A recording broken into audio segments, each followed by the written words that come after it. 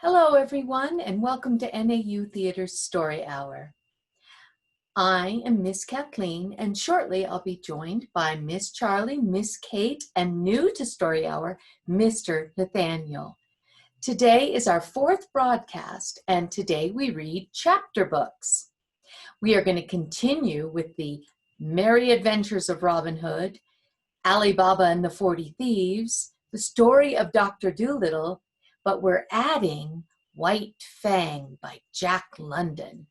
Very excited to get started. Before we do, I want to remind you that today's stories are for ages from 9 to about 14, although we welcome readers of all ages. So let's get started. First up, we're going to return to the merry adventures of Robin Hood with Miss Charlie. Today we'll be continuing with the Merry Adventures of Robin Hood with the chapter How Robin Hood Became an Outlaw. Last time, Robin was on his way to a shooting contest in Nottinghamshire town when he came across a group of men in the forest that were eating and drinking. Robin found himself in a bet with one of the men, and he won the bet by killing one of the king's deer. The man was angry with Robin's success and shot an arrow at him, but missed. Robin was angry and shot back and killed the man. Now, Robin is outlawed, living in Sherwood Forest. Since then, Robin has teamed up with several other outlaws in the forest who want to get back at the oppressors of the land by taking from the rich and mighty and giving to the poor and powerless. One merry morn, when all the birds were singing blithely among the leaves, and up all rose his merry men, each fellow washing his head and hands in the cold brown brook that leaped laughing from stone to stone. Then said Robin, "For 14 days we have seen no sport, so now will I go abroad to seek adventures forthwith. But tarry ye, my merry men, here in the green wood.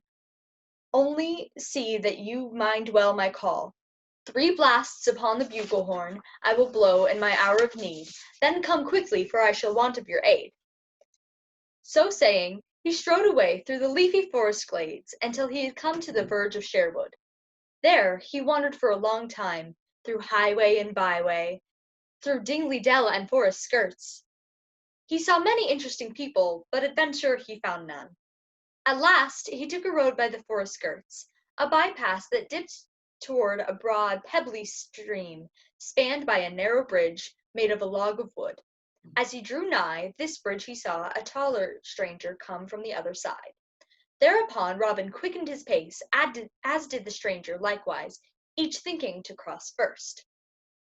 "Now thou standst back," quoth Robin, "and let the better man cross first." "Nay," answered the stranger, "then stand back shine own self, for the better man I wet am I." "That we will presently see," quoth Robin. "And meanwhile stand thou where thou art, or else by the bright bow of Saint Ephrida, I will show the right good Nottingham play with a cloth-yard shaft betwixt thy ribs." "Now," quoth the stranger, "I will tan thy hide till it be as many colours as a beggar's cloak, if thou darest so much as touch a string upon the same bow that thou holdest in thy hands." "Thou pratest like an ass," said Robin, "for I could send thy shaft clean through thy proud heart before a curtal friar could say grace over a roast goose." "And thou pratest like a coward," answered the stranger, "for thou standest there with a good yew bow to shoot my heart, while I have not a bow in my hand, but a plain black thorn staff wherewith to meet thee." "Now," quoth Robin, "by faint of heart, never have I had a coward's name in my life before. I will lie by my trusty bow and eke mine arrows, and if thou darest abide my coming, I will go and cut a cudgel to test thy manhood withal." "Ay, marry, that I will abide by thy coming, and joyously too," quoth the stranger, whereupon he leaned sturdily upon his staff to await Robin. Then Robin Hood stepped quickly to the cover-side and cut a good staff of ground oak, straight without new, and 6 feet in length, and came back trimming away the tender stems from it, while the stranger waited for him, leaning upon his staff, whistling as he gazed around. Robin observed him furtively as he trimmed the staff, measuring him from top to toe out of the corner of his eye, and though he had never and thought he had never seen a lustier or stouter man. Tall was Robin, but taller was the stranger, by a head and a neck, for the stranger stood at 7 feet in height. Broad was Robin across the shoulders, but broader was the stranger by twice the breadth of a palm, while he measured at least an ell around the waist. Nevertheless, said Robin to himself, I will baste thy hide right merrily, my good fellow. And then aloud, Lo, here is my good staff, lusty and tough. Now wait my coming, and thou darest, and meet me and thou fearest not. Then we will fight one another until one of us tumbles into the stream by dint of blows. Marry that, my whole heart, cried the stranger, twirling his staff above his head betwixt his fingers and thumb, until it whistled again. They fought for 1 good hour, and many blows were given and received by each in that time, till here and there sore bones and bumps, yet neither thought of crying enough, nor seemed likely to fall off the bridge. Now and then they had stopped to rest. Each thought he had never seen in all his life before such a hand at quarterstaff. At last, Robin gave the stranger a blow upon the ribs that made his jacket smoke like damp straw thatch in the sun. So shrewd was the stroke that the stranger came within a hair's breadth of falling off the bridge. But he regained himself right quickly, and by a dexterous blow gave Robin a crack on the crown that caused the blood to flow. Then Robin grew mad with anger, and smote with all his might at the other. But the other warded the blow, and once again thwacked Robin, so fairly that he fell heels over head into the water. And where art thou now, my good lad? Shouted the stranger, roaring with laughter. Oh, in the flood, and floating adown with the tide, cried Robin, nor could he forbear laughing at himself with the sorry plight. Then, gaining his feet, he waded to the bank, little fish speeding hither and thither, all frightened at his splashing. Give me thy hand, cried he, when he reached the bank. I must needs own thou art a brave and sturdy soul, and withal a good stout stroke with the cudgels. By this and by that, my head hummeth like to a hive of bees on a hot June day. Then he clapped his horn to his lips, and winded a blast that went echoing sweetly down the forest paths. Ay, marry, quoth he again, thou art a tall lad, and a brave one, for never, I bow, is there a man betwixt here and Canterbury town that could do the like to me that thou hast done. And thou, quoth the stranger, laughing, takest thy cudgelling like a brave heart and a stout yeoman. But now the distant twigs and branches wrestled with the coming of men, and suddenly a score or two of good stout yeomen, all clad in Lincoln green, burst out of the covert, with merry Will Stuteley at their head. Good master, cried Will, how is this? Truly thou art wet from head to foot, and that to the very skin. Why, marry, answered jolly Robin, yon stout fellow hath tumbled me neck and crop into the water, and hath given me a drubbing beside. Then we shall not go without a ducking, eke a drubbing himself, cried Will Stuteley. Have at him, lads! Then Will and a score of yeomen leaped upon the stranger, but though they sprang quickly, and they found him ready, and felt him strike left and right with stout staffs, so that when he went down with the press of numbers, some of them rubbed cracked crowns before he was overcome. Nay, forbear, cried Robin, laughing until his sore sides ached again. He is a right good man and true, and no harm shall befall him. Now hark ye, good youth, wilt thou stay with me and become one of my band? 3 suits of Lincoln green thou shalt have per year, beside 40 marks in fee, and share with us whatsoever good shall befall us. Thou shalt eat sweet venison, and quaff the stoutest ale, and mine own good right-hand man shalt thou be, for never did I see such a cudgel player in all my life before. Speak! Wilt thou be one of my merry men? Thou I know not, quoth the stranger, surlily, for he was angry at being so tumbled about. If ye handled ye bow and apple shaft no better than ye do oak and cudgel, I wot you are not fit to be called yeoman in my country. But if there be any man here that can shoot a better shaft than I, then I will bethink myself of joining with you. Now, by my faith, said Robin. "Thou art a right saucy varlet, sirrah, yet I will stoop to thee as I have never stooped to a man before. Good Studley, cut a fair piece of white bark from four, four fingers' breadth, and set it fourscore yards distant on yonder oak. Now, stranger, hit that fairly with the grey goose shaft, and call thyself an archer." "Ay, marry that I will," answered he. "Give me a good stout bow and a fair broad arrow, and if I hit it not, strip me and beat me blue with bowstrings." Then he chose a bow and a shaft, and all watched to see him shoot. He drew the arrow to his cheek, and loosed the shaft right deftly, sending it so straight down the path that it clove the mark at the very centre. "Aha!" cried he, "mend thou that if thou canst," while even the yeomen clapped their hands at so fair a shot. "That is a keen shot indeed," quoth Robin. "Mend it I cannot, but mar it I may, perhaps." Then taking up his own good stout bow, and nocking an arrow with care, he shot with his very greatest skill. Straight flew the arrow, and and so true that it lit fairly upon the stranger's shaft and split it into splinters. Then all the yeomen leaped to their feet and shouted for joy that their master had shot so well. "Now, by the lusty yew bow of good Saint Withold," cried the stranger, "that is a shot indeed, and like never that I saw in my life before. Now truly I will be thy man henceforth and for aye." "Then I have gained a right good man this day," quoth jolly Robin. "What name goest thou by, good fellow?" "Men call me Little John whence I came," answered the stranger. Then Will Stuteley, who loved a good jest, spoke up. "Nay, fair little stranger," said he, "I like not thy name, and fain would I have it otherwise. Little art thou indeed, and small of bone and sinew, and therefore should be christened Little John, and I will be thy godfather." Then Robin Hood and all his band laughed aloud until the stranger began to grow angry. "And now make jest of me," quoth he to Will Stuteley. "Thou wilt have sore bones and little pay, and now in short season." "Nay, good friend," said Robin Hood, "bottle thine anger, for thy name fit thee well. Little John shall be thou called henceforth, and Little John shall it be. So come, my merry men, we will prepare a christening feast for this infant."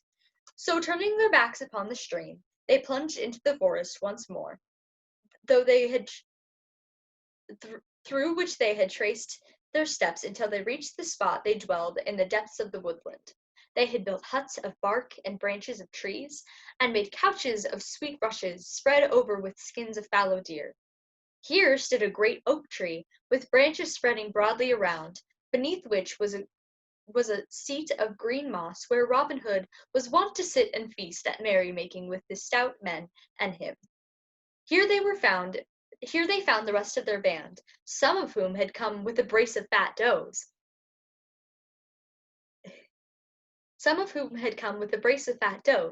They all built great fires, and after a time roasted the does and broached a barrel of humming ale.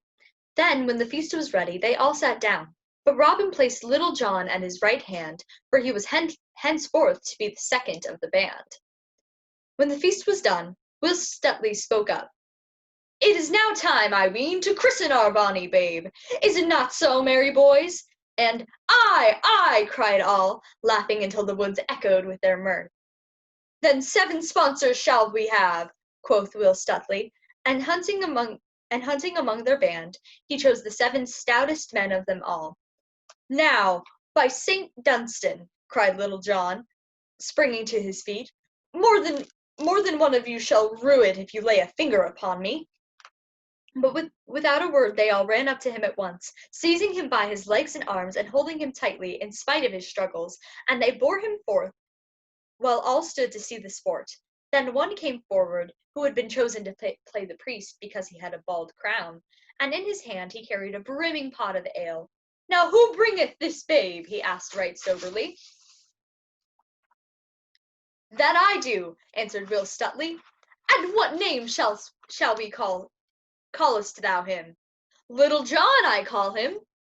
"Now, Little John," quoth the mock priest, "thou hast not lived heretofore, but only got thee along through the world, but henceforth thou wilt live indeed. When thou livedst not, thou was called Little John, but now thou That thou dost live indeed, Little John shalt thou be called, so I christen thee.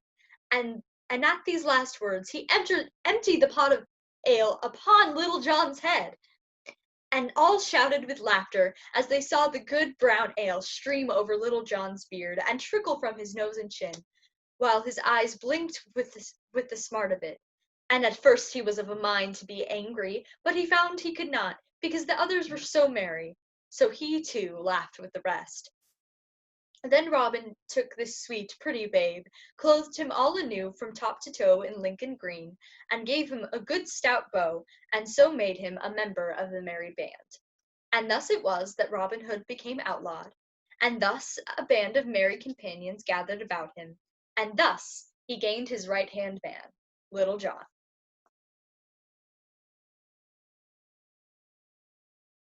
Thank you, Miss Charlie. That was so much fun. I can't wait till next week and hear all those merry adventures.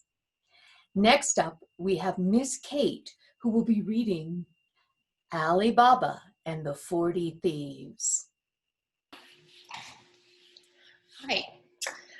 When we left Ali Baba, he had found the body of his brother, brought it back to his brother's house, and was talking with his brother's servant, Morgiana, and had asked her to go get his brother's wife, Morgiana's mistress. And he said, "Well," said he, "your master's body lies there waiting to be pieced, and our business now is to bury him honorably as though he had died a natural death. Go and tell your mistress that I want to speak to her." Morgiana went in to her mistress, and returning presently bade Ali Baba enter. Then, leaving him to break to his sister-in-law the news and the sad circumstances of his brother's death, she, with her plan already formed, hastened forth and knocked at the door of the nearest apothecary. As soon as he opened to her, she required of him, in trembling agitation, certain pilules and efficacious against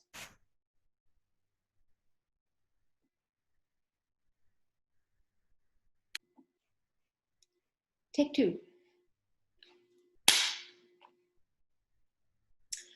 Hi. When we left Ali Baba, he had found his brother's body at the cave where the robbers were storing their loot, and he had taken the body back to his brother's house, and he was talking to Morgiana, the servant of the household, and had asked her to go get his mistress. And he said, "Well," said he, "your master's body lies there waiting to be pieced, and our business now is to bury him honorably as though he had died a natural death. Go and tell your mistress that I want to speak to her." Morgiana went in to her mistress, and returning presently bade Ali Baba enter. Then, leaving him to break to his sister-in-law the news and the sad circumstances of his brother's death, she, with her plan already formed, hastened forth and knocked at the door of the nearest apothecary. As soon as he opened to her, she required of him, in trembling agitation, if he had medicines efficacious against grave disorders, declaring in answer to his questions that her master had been taken suddenly ill. With these, she returned home, and her plan of concealment having been explained and agreed upon, much to the satisfaction of Ali Baba, she went forth the next morning to the same apothecary, and with tears in her eyes besought him to supply her in haste with a certain drug that is given to sick people only in the last extremity. Meanwhile, the rumor of Kasim's sickness had got abroad. Ali Baba and his wife had been seen coming and going, while Morgiana, by her ceaseless activity, had made the 2 days' pretended illness seem like a fortnight. So, when a sound of wailing arose within the house, all the neighbors concluded without further question that Kasim had died a natural and honorable death. But Morgiana had now a still more difficult task to perform, it being necessary for the obsequies that the body should be made in some way presentable. So, at a very early hour the next morning, she went to the shop of a certain merry old cobbler, Baba Mustafa by name, who lived on the other side of the town. Showing him a piece of gold, she inquired whether he were ready to earn it by exercising his craft in implicit obedience to her instructions. And when Baba Mustafa sought to know the terms, "First," said she, "you must come with your eyes bandaged. Secondly, you must sew what I put before you without asking questions.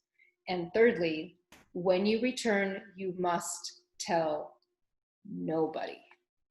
Mustafa, who had a lively curiosity into other folks' affairs, boggled for a time at the bandaging and doubted much of his ability to refrain from questioning. But having on these considerations secured the doubling of his fee, he promised secrecy readily enough, and taking his cobbler's tackle in hand, submitted himself to Morgiana's guidance and set forth. This way and that she led him blindfold, till she had brought him to the house of her deceased master. Then, uncovering his eyes in the presence of the dismembered corpse, she bade him get out thread and wax and join the pieces together.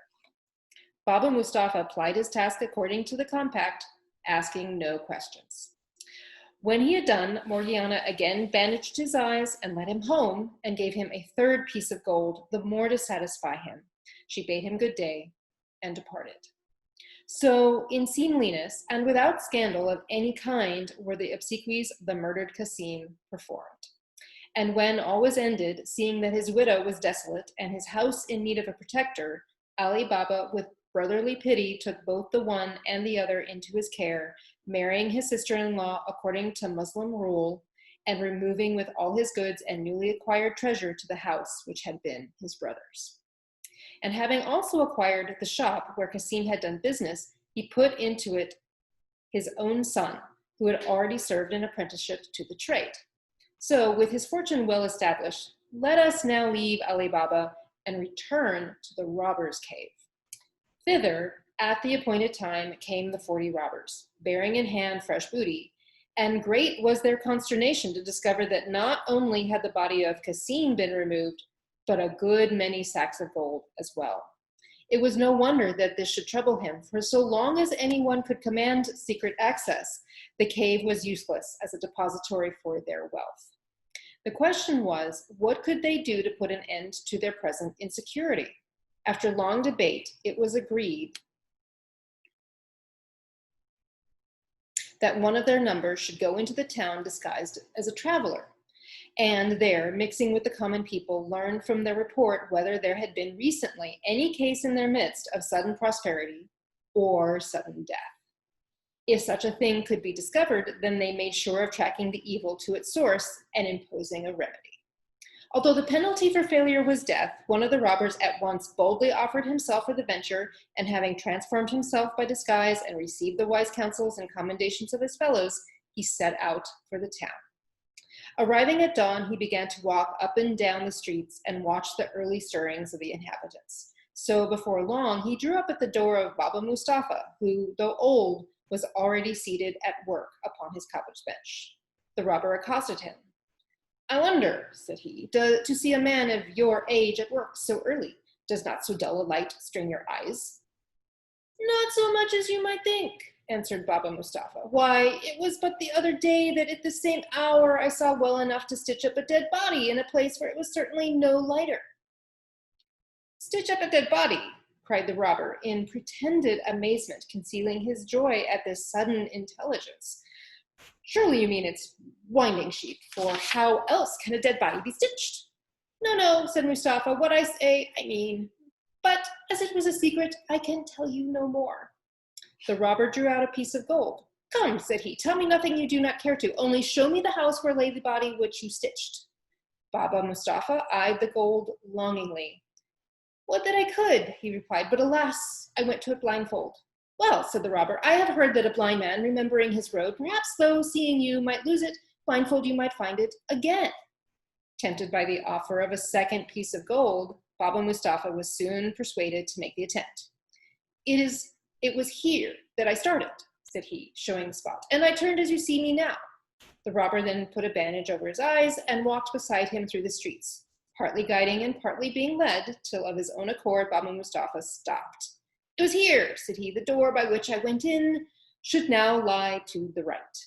And he had, in fact, come exactly opposite to the house which had once been Kasim's. where Ali Baba now dwelt. The robber, having marked the door with a piece of chalk which he had provided for the purpose, removed the bandage from Mustafa's eyes and, leaving him to his own devices, returned with all possible speed to the cave, where his comrades were awaiting him. Soon after the robber and cobbler had parted, Morgiana happened to go out upon an errand, and as she returned, she noticed the mark upon the door.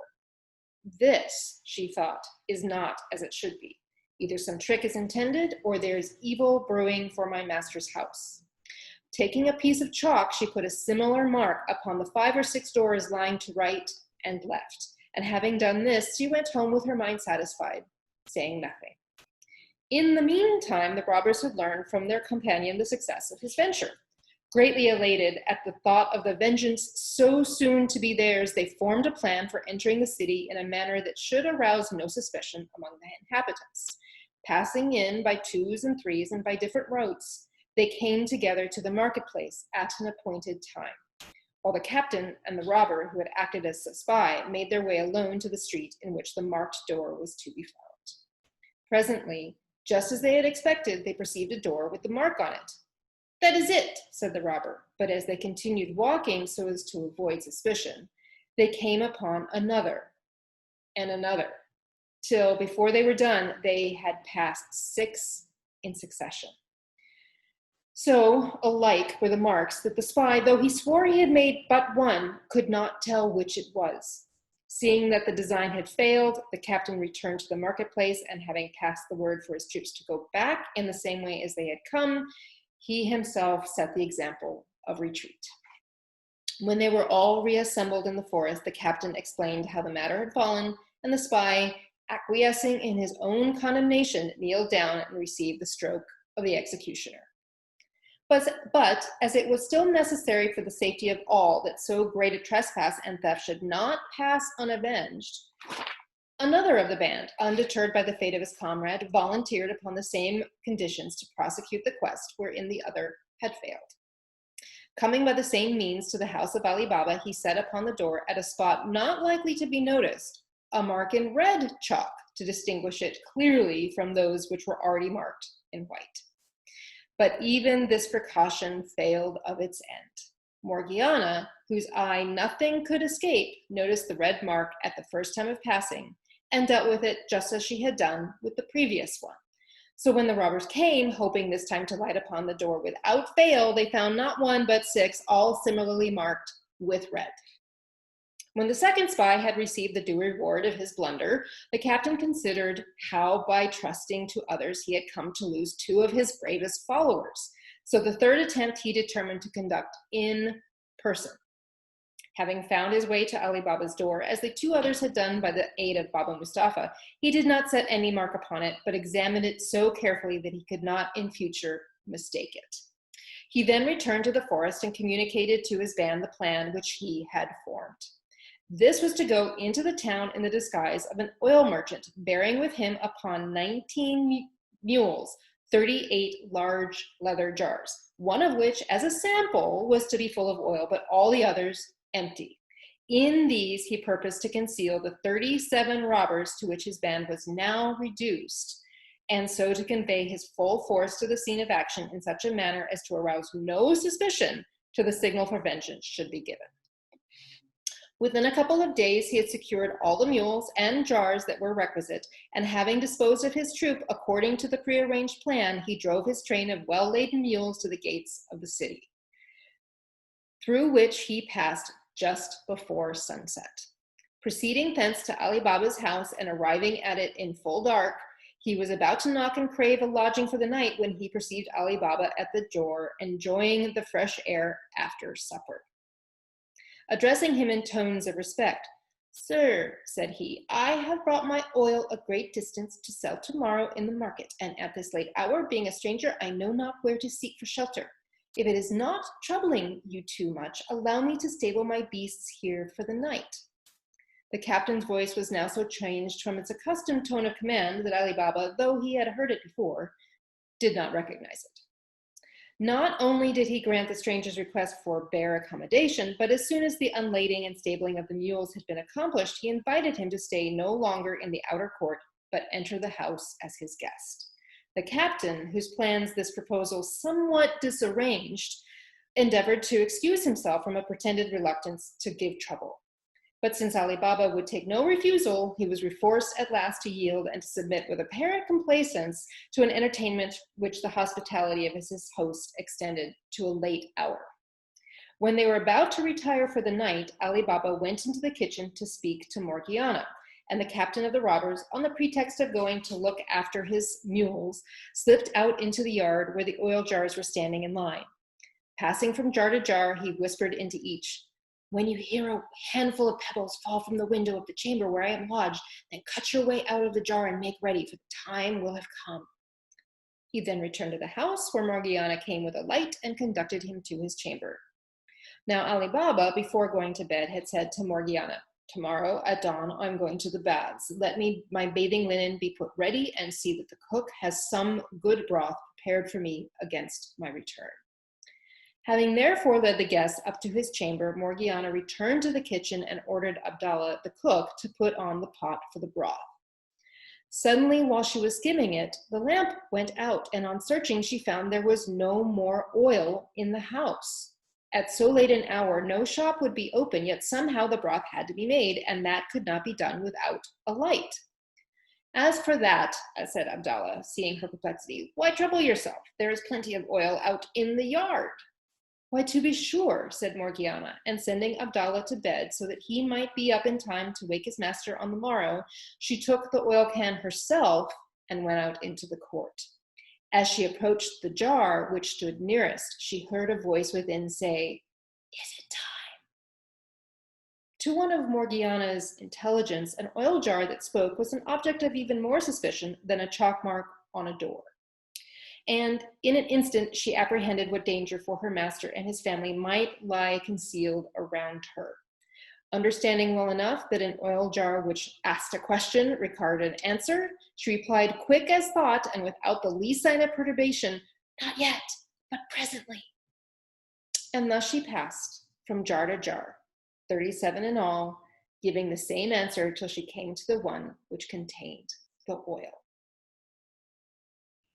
Thank you, Miss Kate. That was great. I can't wait to hear the rest of that story.